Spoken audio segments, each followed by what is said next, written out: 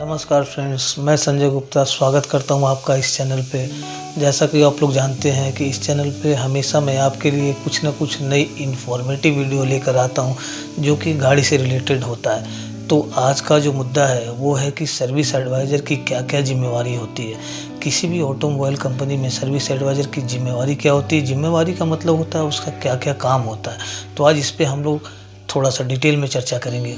वैसे देखा जाए तो इस टॉपिक से मिलता जुलता एक और वीडियो मैंने बना रखा है जो हमारे इस चैनल पे अवेलेबल है। अगर जिसको थोड़ा सा भी अगर कुछ डाउट लगता है, कुछ क्लियर होना चाहते हैं तो उस वीडियो को भी जा कर के देख सकते हैं। अब देखिए, एडवाइज़र का मतलब क्या होता है। एडवाइज़र का मतलब ये होता है कि आप मान के चलिए कि किसी भी ऑटोमोबाइल सेक्टर में कोई भी कंपनी हो, कोई भी ब्रांड का हो, तो एक ऑटोमोबाइल कंपनी का सर्विस एडवाइज़र के ऊपर समझ लीजिए कि 90% तक रेवेन्यू जनरेट करने की रिस्पॉन्सिबिलिटी सिर्फ उसी के ऊपर होती है। तो आप समझ लीजिए कि ये कितना बड़ा अंडर प्रेशर आप काम कर रहे हैं। तो इस प्रेशर में भी आपको काम करना है और हर प्रकार के आपको सर्विस भी देनी है। तो क्या है पहला चीज़, वो मैं आपको बताता हूँ। जब कस्टमर गाड़ी लेकर गेट के अंदर आ जाता है, और चाहे वो गाड़ी में छोटा काम हो या बड़ा से बड़ा काम हो, जब तक उसका गाड़ी का काम कंप्लीट होकर के बिल नहीं हो जाता और वो गेट के बाहर जब तक वो चला नहीं जाता है, तो या वो गाड़ी से रिलेटेड कोई इशू हो या कस्टमर से रिलेटेड कोई इशू हो, अगर कुछ भी होता है तो उसके लिए 100% जिम्मेवार एडवाइज़र को ही माना जाता है। अगर छोटा सा भी किसी ने भी अगर मिसबिहेव कर दिया तो उसके लिए भी जिम्मेवार तो पहली बात एडवाइज़र है। और कोई भी मसला हो, कोई भी चीज़ हो, तो सबसे पहले एडवाइज़र को ही बुलाया जाता है। सबसे पहला रिस्पॉन्सिबिलिटी तो आपका ये होता है कि गाड़ी को प्रॉपर तरीके से, जो जॉब कार्ड स्लिप होता है उस पर प्रॉपर तरीके से मेंशन करते हुए उसकी एकदम फर्स्ट क्लास उसकी इन्वेंट्री करिए। जैक है, पाना है, पेट्रोल है, डीजल है, कितना पॉइंट है, कहीं पे कोई आपका कुछ ब्रेकअप ना हुआ हो, कहीं पे कुछ आपका ग्लास है या व्हील कैप कितने हैं, या जितनी भी सारी तमाम चीज़ें हैं उसको प्रॉपर एकदम फर्स्ट क्लास तरीके से आप अपने जॉब कार्ड स्लिप पे मेंशन कीजिए। ये इसलिए ज़रूरी है और ये ये इसलिए आपकी जिम्मेवारी बनती है क्योंकि आप मान के चलो कि अगर आप ये नहीं करते हो और अगर कहीं आप गाड़ी डिलीवर करते समय कहीं कस्टमर ने आपको कह दिया कि हमारा ये ग्लास यहाँ पे तो देखिए दाग नहीं था, यहाँ पे हमारा स्क्रैच नहीं था, यहाँ पे ये डेंट कैसे नया हो गया, तब उस समय ये आपकी जिम्मेवारी है कि आप उसको कैसे संभालोगे, कैसे गाड़ी को डिलीवर करोगे। तब उस समय आप बहुत बड़े दिक्कत में आ सकते हो। अब आप इसके बाद कस्टमर से बात करिए कि सर बताइए क्या होने वाला है, मैं आपकी क्या हेल्प कर सकता हूँ। तो कस्टमर खुद आपको बताएगा कि मुझे सर्विस करानी है या पर्टिकुलर हमारी गाड़ी में ये प्रॉब्लम है जो कि मैं दिखाने आया हूँ।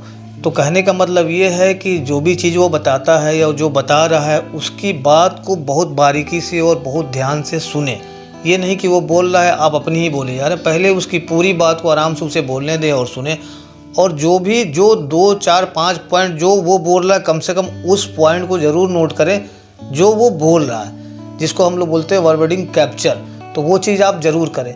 इससे ये होगा कि मान लीजिए इससे बाद जो काम निकलता है वो तो आप उसको अपडेट कर सकते हो, तो बता सकते हो, लेकिन वो जिस काम के लिए आया पहले उसकी बातों को एकदम क्लियरली मेंशन करना ज़रूरी है ऑन रिटन, आप जो स्लिप लिए हुए उसके ऊपर। अब देखिए, कभी कभी कुछ चीज़ें ऐसी होती है जो भी कस्टमर का कंसर्न है वो तो देखिए कि आप उसी समय समझ जाते हैं कस्टमर क्या कहना चाह रहा है, वो सामने दिख रहा है उनकी क्या कंसर्न है, वो चीज़ तो आपको तुरंत समझ में आ रहा है और आप वो चीज़ करवा भी सकते हैं। लेकिन देखा जाए तो कुछ चीज़ें ऐसी हैं जो कि बिना ट्रायल का कुछ समझ में नहीं आता। जैसे कस्टमर कहता है भैया मैं गाड़ी ड्राइव करता हूँ, तो गाड़ी ड्राइव करते समय क्लस्टर मीटर पे ये लाइट कभी कभी आ जाती है। भैया जब मैं गाड़ी चलाता हूँ तो पीछे से खट खट खट खट की आवाज़ आती है, लेकिन वो ये बता नहीं पा रहा है कि कैसी रोड पे आ रहा है, ब्रेकर पे आ रहा है कि ऐसे आ रहा है कि वैसे आ रहा है। तो उसके लिए पहला काम ये आप ज़रूर करिए कि किसी न किसी अच्छे जो टेक्निकल एडवाइज़र है एक बार गाड़ी की आप ट्रायल ज़रूर करवा लें। इससे ये होगा कि आप कंफर्म हो जाएंगे कि आपको करना क्या है। जॉब कार्ड खोलने से पहले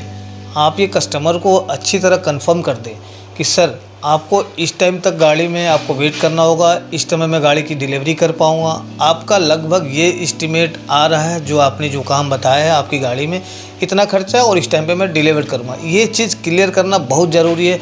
नहीं तो यही सब छोटी छोटी चीज़ें आगे चल कर के गाड़ी अगर डिले हुई तो प्रॉब्लम, गाड़ी में एस्टिमेट अगर बढ़ जाए विदाउट इन्फॉर्मेशन तो प्रॉब्लम।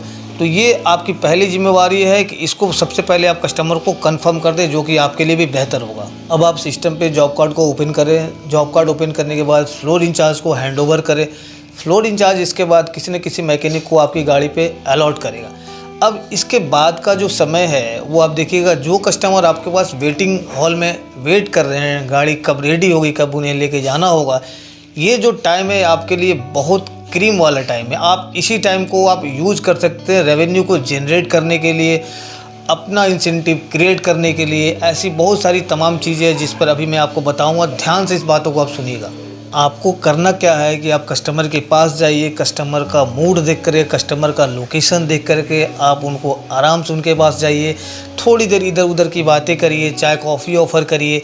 कहीं ना कहीं कस्टमर को आप अपने कॉन्फिडेंस में लीजिए और कस्टमर को आपके ऊपर ट्रस्ट होना चाहिए कि आप जो बात कर रहे हैं वो उनके हित में कर रहे हैं। अब आप कस्टमर को बताइए कि सर आपकी गाड़ी में एक्सटेंडेड वारंटी इस डेट में, वारंटी आपकी इस डेट में ख़त्म हो रही है, आप वारंटी को एक्सटेंड करा सकते हैं, तो आपको इससे ये फ़ायदा आएगा।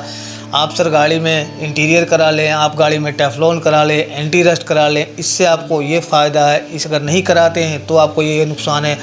आप गाड़ी लेकर के ऑल ओवर इंडिया कहीं भी घूमते हैं, आपकी गाड़ी में सर RSA नहीं है, जिसको हम लोग रोड साइड असिस्टेंट बोलते हैं, आप करा लें। कहीं गाड़ी आपकी रास्ते में फंस जाती है या ब्रेक डाउन होती है तो आपको 24/7 आप जब कॉल करेंगे आपको हेल्प मिलेगा। इसके अलावा गाड़ी में आप एसेसरीज ज़्यादा से ज़्यादा कोशिश करें सेल करने की। हर गाड़ी में स्टीयरिंग कवर है, सीट कवर है, या कोई भी चीज़ें, तमाम हज़ारों एसेसरीज हैं जिसको आप बेच करके अच्छा खासा रेवेन्यू जनरेट कर सकते हैं और आप अपने लिए इंसेंटिव भी जनरेट कर सकते हैं। इसके अलावा आफ्टर ऑल अगर देखा जाए तो आपके दिमाग में हर समय ये चीज़ चलना चाहिए कि हमें कहीं ना कहीं से कुछ ना कुछ करके हमें हमेशा अपना रेवेन्यू ज़्यादा से ज़्यादा जनरेट करना है कंपनी के लिए। अगर याद रखिएगा, अगर आप ज़्यादा से ज़्यादा पैसा कमा करके अगर आप कंपनी को नहीं देते हैं, 1 महीना कोई नहीं बोलेगा, 2 महीना कोई नहीं बोलेगा, लेकिन याद रखिए तीसरा महीना आपको टाटा बाय बाय हर कंपनी कर देगी। तो इसलिए कहा गया है कि जो एडवाइज़र होते किसी भी ऑटोमोबाइल सेक्टर में अगर देखा जाए तो जो फ्रंट फेस होता है वो एडवाइज़र ही है, और ये एडवाइज़र की ही जिम्मेवारी है कि ज़्यादा से ज़्यादा कैसे रेवेन्यू जनरेट करें।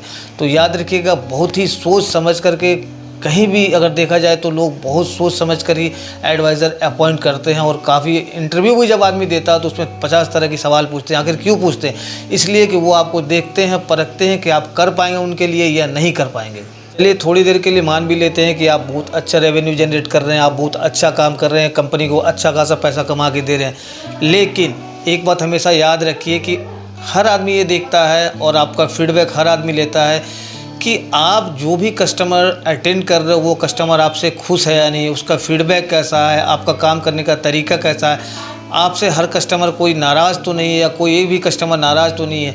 तो आफ्टर ऑल कहने का मतलब ये है कि कोशिश ये करिए कि 100 में से 99% कस्टमर आपका एकदम सेटिस्फाइड होना चाहिए, और जब आपका फीडबैक वो रेटिंग करे तो 10 तो कम से कम दे ही दे। और जो सबसे लास्ट में जो मैं एक बात अपने एक्सपीरियंस के हिसाब से जो मैं आपको समझाना चाहता हूँ वो ये है कि हमेशा कस्टमर के टच में रहें। रात को 12 बजे भी कोशिश करें कि अगर कस्टमर का कॉल आ रहा है तो हो सकता है वो कोई प्रॉब्लम में हो, कोशिश करें उसका हर कॉल उठाने का, और कस्टमर से हमेशा एक अच्छा सा रिलेशन बना के रखें। जब भी बात करें पोलाइटली बात करें। इससे ये होगा कि अगर कस्टमर अच्छा है, अगर उस कस्टमर से आप अच्छा रेवेन्यू जनरेट कर चुके हैं और आपका व्यवहार उसको काफ़ी अच्छा लगा है, तो आगे भी वो कस्टमर खोजते हुए आपके पास ही आएगा। अब वीडियो को ज़्यादा लंबा ना करते हुए मैं एक आपसे रिक्वेस्ट करना चाहता हूँ, अगर मेरी बातें अगर अच्छी लगती है और जो हमारे चैनल पे नए लोग हैं प्लीज़ मेरे चैनल को सब्सक्राइब ज़रूर कर लें, और उम्मीद करता हूँ मेरी बातें अच्छी लगी होगी, आपके लिए काफ़ी इन्फॉर्मेटिव रही होगी। इसके साथ मैं आपको धन्यवाद देता हूँ।